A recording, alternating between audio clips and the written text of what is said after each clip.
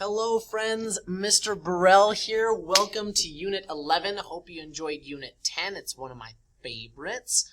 So Unit 10 was all an introduction to trigonometry, some introduction to drawing angles, drawing different angle measures, and we reviewed what we knew about sine, cosine, and tangent in relation to right triangles. So in this unit, Unit 11 is all about solving trigonometry functions. So a lot of the solving of trigonometry functions that you've done already has mostly been in relation to like right triangles, talking about opposite and hypotenuse and adjacent, hypotenuse and opposite and adjacent, all different types of side relationships in right triangles. So in this unit we're going to extend that. We're going to talk about all different types of trig functions that you can solve and the tools that we have at our disposal to solve these trigonometric functions. You've talked in the past about logarithmic functions and radical functions and quadratic functions and linear functions. So this is just another type of function, another area of mathematics, some more tools that we're going to put into our tool belt to solve these different types of functions. So to get started with solving trigonometric functions, we're going to start talking about something called the unit circle. This is one of those things that just gives me goosebumps because I love the unit circle so much. I think it's so freaking cool. And the unit circle, I'll talk about what it is, but it's going to become a very valuable tool in solving a variety of trigonometric or trigonometry functions. So by the end of this lesson, this is what I hope that you're able to do. I hope that you're able to know that the unit circle has a radius of 1 and is centered at the origin. I want you to be able to know the degree values of the unit circle from 0 degrees to 90 degrees. Hope that you're able to know the radian values of the unit circle from 0 to, this should say pi halves, but we'll extend that from 0 to pi halves. And I hope that you're able to know the x and y coordinate values of the unit circle between 0 and 90 degrees, and then we'll extend that. A lot of that probably doesn't make sense now, but I want you to see what you're looking forward to, see what you can anticipate. Okay, when I say the unit circle is a trigonometry tool that helps us to quickly solve a variety of common trigonometric functions. So it's called a unit circle because it is a circle with a radius that is 1 unit. So I have a circle right here centered at the origin where the radius, so the distance from the center to the outside, is 1 unit. That's why it's called a unit circle. It's a circle with a radius of unit 1. Okay, so that's what it is. So what we're going to do is inside this circle, we're going to label the different angles associated with this circle in degrees and in radians. So we've kind of done this a little bit. You've seen pictures like this before that we've already done. So this should be pretty straightforward. So for this circle right here, we're going to count the angles around the circle by 45 degrees. So this is 45 degrees, 90 degrees, 135, 180, 225, 270, 315, and 360. So that's all the angle measures split into force all the way around this circle. Now I'm going to do the same thing except in radians. So remember I talked about that an easy way to think about labeling the radians around this circle is breaking up the top and bottom of the circle into 1, 2, 3, 4 parts. So this would be pi fourths radians, 2 pi fourths, 3 pi fourths, 4 pi fourths, 5 pi fourths, 6 pi fourths, 7 pi fourths, and 8 pi fourths. All the way around here. This would also be 0 where we start with. So those are the degree and radian measures if I were counting around in fourths. Now let's do the same thing, but on circle B, we're going to count the angles around, splitting the top and bottom into sixths. So this is 30 degrees, 60, 90, 120, 150, 180, 210, 240, 270, 300, 330, and then back to 360 or 0. So that's the degree measures, and you have these circles in your guided notes. If you haven't downloaded them and printed them off, I would recommend that you do and you follow along with these circles, or you could draw these circles on your own. This tool is going to be, the tool in the guided notes is going to be extremely helpful for you. So those are the degree measures. Now I'm going to do the same thing, but in radians, splitting into sixths. So this is 1 pi sixth, 2 pi sixths, 3 pi sixths, 4 pi sixths, 5 pi sixths, 6 pi sixths, 7 pi sixths, 8 pi sixths. Do I sound like a broken record? 9 pi sixths, 10 pi sixths, 11 pi sixths, and 12 pi sixths, or 0 pi sixths. So you'll notice with the radian measures on both of these circles, you can reduce a lot of those fractions, like 2/4 will reduce to 1/2, 3/6 will reduce to 1/2, 4/6 will reduce to 2/3, 8/6 will reduce to 4/3, etc., etc. But those are all the degree and radian measures associated with this circle, or at least the most common ones that we're going to use. So I've labeled these different angle measures. I'm going to go on to this next page. You notice if I were to smash those two pictures together, I get this beautiful specimen here. Let me move this down so you can see the very bottom. So this is all those angle and radian, or degree and radian angle measures that I wrote down on the previous page. Except on here, you notice I reduced all those fractions, the radian fractions, as much as I could. So these are the angle measures that we see most often and that we are going to work most with in this unit. And we use these ones like the 30 degrees, 45 degrees, 60 degrees. This is supposed to say 90 degrees, whoops, etc., etc., etc. These are the angle measures that we're going to focus most of our time on. So notice how the angles on this unit circle match up with the angles in our special right triangles. So take your brain back to unit 10.4, that concept when we were talking about some special right triangles, some really unique right triangles, and some special relationships that exist with the sides of those right triangles. Notice that I have 30 degrees, 45 degrees, and 60 degrees in this first quadrant here. That's going to come in real handy in just a minute. But soak that in. Look how beautiful that looks. That is a beautiful circle. Okay. Here are those special right triangles that we've discussed. So remember that in a 30, 60, 90 triangle, this short side of the right triangle is half the length of the hypotenuse, and this longer side is this short side multiplied by the square root of 3. In a 45, 45, 90 triangle, the legs are the same length, and either you can take one leg and multiply by the square root of 2 to get the hypotenuse, or you take the hypotenuse and divide by the square root of 2 to get one of the legs. So keep that in mind on this next step, on this next page of your guided notes. Okay, so step 2. Based on each of the reference angles in the circle, use a reference triangle to find all 3 side lengths of the triangle. So we're going to focus in this first quadrant right here. We're going to look at the reference angles in that first quadrant. And we're going to use those reference angles along with what we know about special right triangles to find the coordinates of each point on the outside of this circle right here. Okay. So remember that this is a unit circle, so the radius of this circle is 1. So this distance right here is 1. This distance right here in each of these directions is 1. So if this was on a coordinate grid and that distance is 1, what would be the coordinate of this point right here? Well, it's 1 in the x direction and 0 in the y direction. How about the coordinate of this point right here? Well, it would be 0 in the x direction, 1 in the y direction. So those coordinates there were really pretty straightforward. Okay, let's take a look at this little triangle. This is a 30-degree triangle. So if you remember on my unit circle, I had like a 30, a 45, and a 60 degree. So I have my 30-degree line here, and what I've done is I've just drawn a triangle relating to that angle.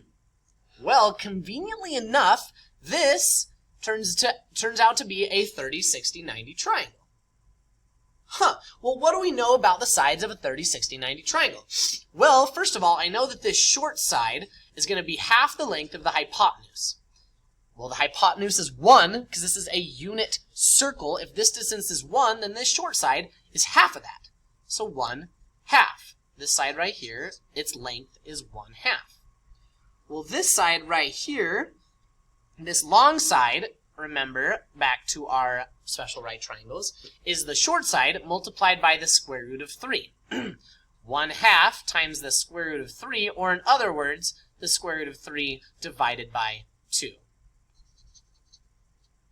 So that's this length, and 1/2 is this length. We'll notice that this point, the coordinates of this point, are the x distance, which was the square root of 3 over 2, and then the y coordinate is the y distance, or 1/2. So the coordinate of this point right here is square root of 3 over 2 as the x coordinate, and 1/2 as the y coordinate. This opposite side is 1/2. This adjacent side is square root of 3 over 2. Okay. Those are our first two circles. Let's move on to our next two circles. I actually want to do this one first. So this is my 60-degree triangle. It's going to look very similar to this triangle I had on the previous page, right? Because this is a 30, 60, 90 triangle. This side right here is going to be half the length. The short side is going to be half the length of the hypotenuse. And then the long side is going to be the short side multiplied by the square root of 3 over 2. Or multiplied by the square root of 3. So, the x-coordinate of this point is now 1/2. The y-coordinate of this point is now the square root of 3 over 2. It kind of flopped from before. So the x-coordinate is 1/2. The y-coordinate is the square root of 3 over 2. The opposite side to this 60-degree angle is square root of 3 over 2. The adjacent side is 1/2. Ooh, keep those things rattling around in your brain. Okay. So now for this last one, this one right in the middle, I have the 45-degree angle line, and I've drawn a triangle.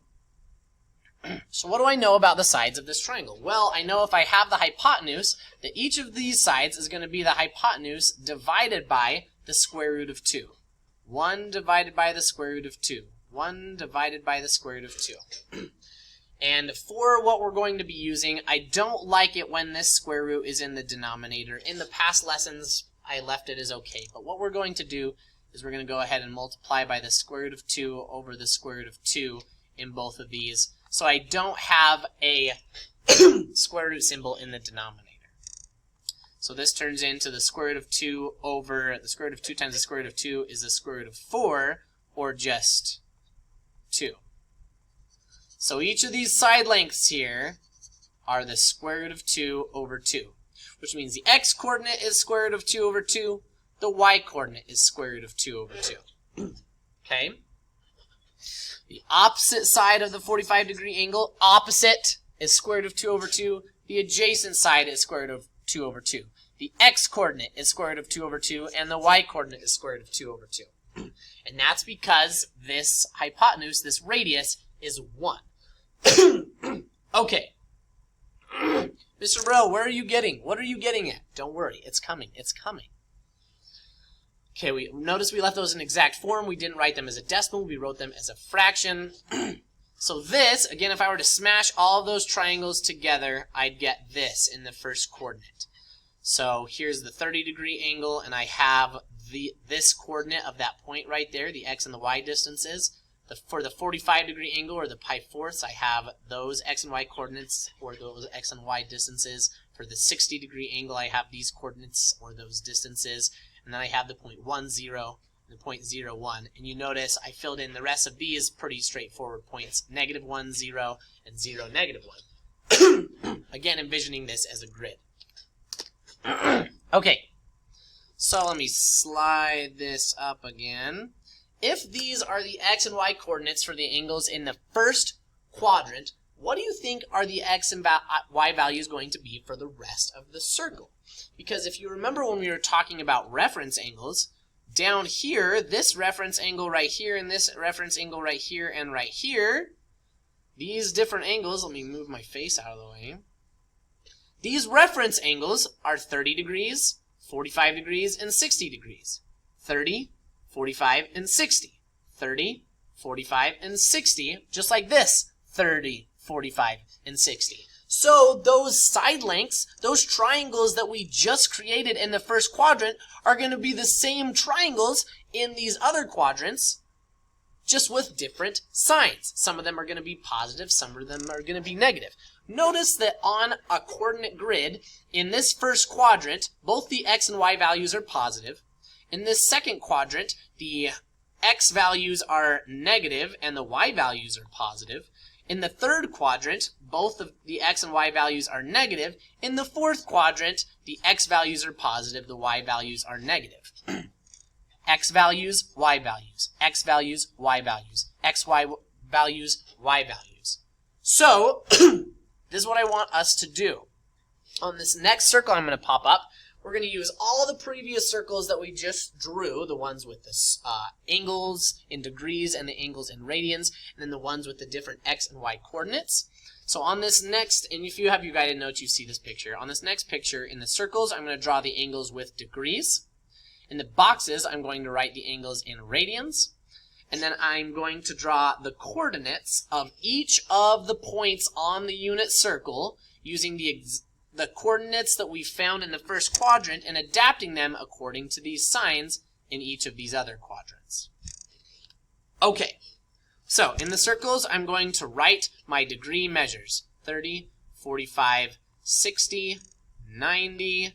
This is 135, 120, and 150, 180. Move this out of the way. 270, 360, 210, 240, 225, 300, 330, 315. And in the squares or the rectangles, I'm going to draw the radian measures. So I have pi sixths, pi halves, or pi fourths, sorry, pi thirds, pi halves, and then this is going to be, let's see, pi 6, 2 pi 6, 3 pi 6, 2 pi thirds, or 4 pi 6, 3 pi, or let's see, pi fourths, 2 pi fourths, 3 pi fourths, 4 pi fourths, or pi halves, or pi, 5 pi fourths, 6 pi fourths, or 3 pi halves, 7 pi fourths, and 8 pi fourths, or 2 pi. Now I'm going to go through with my sixths. So it's pi 6, 2 pi 6, 3 pi 6, 4 pi 6, or 2 pi thirds, 5 pi sixths, 6 pi sixths, 7 pi sixths, 8 pi sixths, or 4 pi thirds, 9 pi sixths, 10 pi sixths, or 5 pi thirds, and 11 pi sixths. Woo! Okay, you already did all that. I just wanted to do it again. So now I'm going to fill in the coordinates of each of these points. This right here, the x value was, if we go back to our previous slides here, the x value was square root of 3 over 2. So this is square root of 3 over 2, comma 1/2.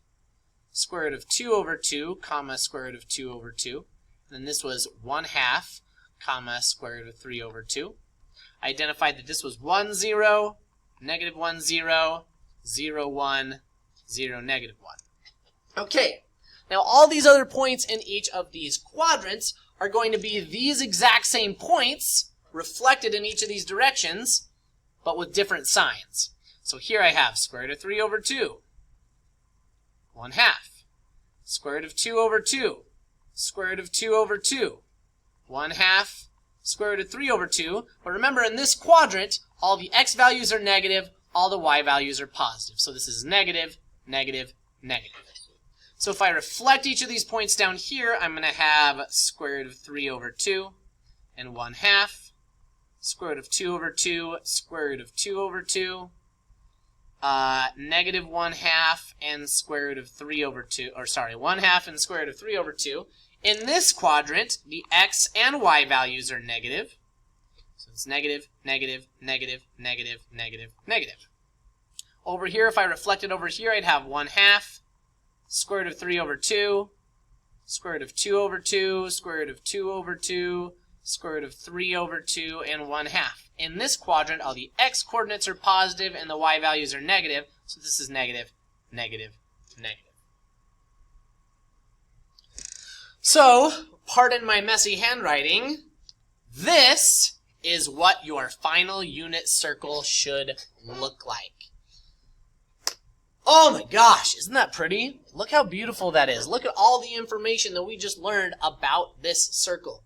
So notice, so this is the unit circle. This is, when I say the unit circle, this is what I'm talking about. This circle with a radius of 1 centered at the origin with all these commonly known angle measures drawn and their corresponding x and y coordinates on the outside of the circle given. So what? Mr. Burrell, how is this going to help us? How is this going to come in handy? So the unit circle is used to find the trig ratios of any similar triangle related to those found on the unit circle. So in the next lesson, we're going to talk about sine, cosine, and tangent of a bunch of different angle measures, and we're going to be able to use what we know about right triangles and all this information on the unit circle to solve those kinds of trig functions. Okay, we'll talk about that more in the next lesson. You don't have to memorize this unit circle. Now that we've gone through it, your homework assignment is basically filling in the blanks with all of the aspects of the unit circle. And then in the upcoming lessons, we'll talk about how we use the unit circle and the information given on here to quickly and efficiently solve a variety of trigonometry functions. So that's what I wanted you to do. Hopefully you know now that the unit circle has a radius of 1 and is centered at the origin. Hopefully you're able to identify the degree and radian values not only in the first quadrant, but all the way around the unit circle. And hopefully you know the x and y coordinate values of the first coordinate of the unit circle and can use the x and y values there to fill in the x and y values for the entire unit circle. I hope you enjoyed that. I hope that was helpful. Again, we're going to be using the unit circle and talking about it a lot. So in that page in your guided notes, keep that handy. Keep the homework assignment that you do handy because we'll be able to use all of these in the future. So again, hope that was helpful, and I hope you enjoyed that as much as I did.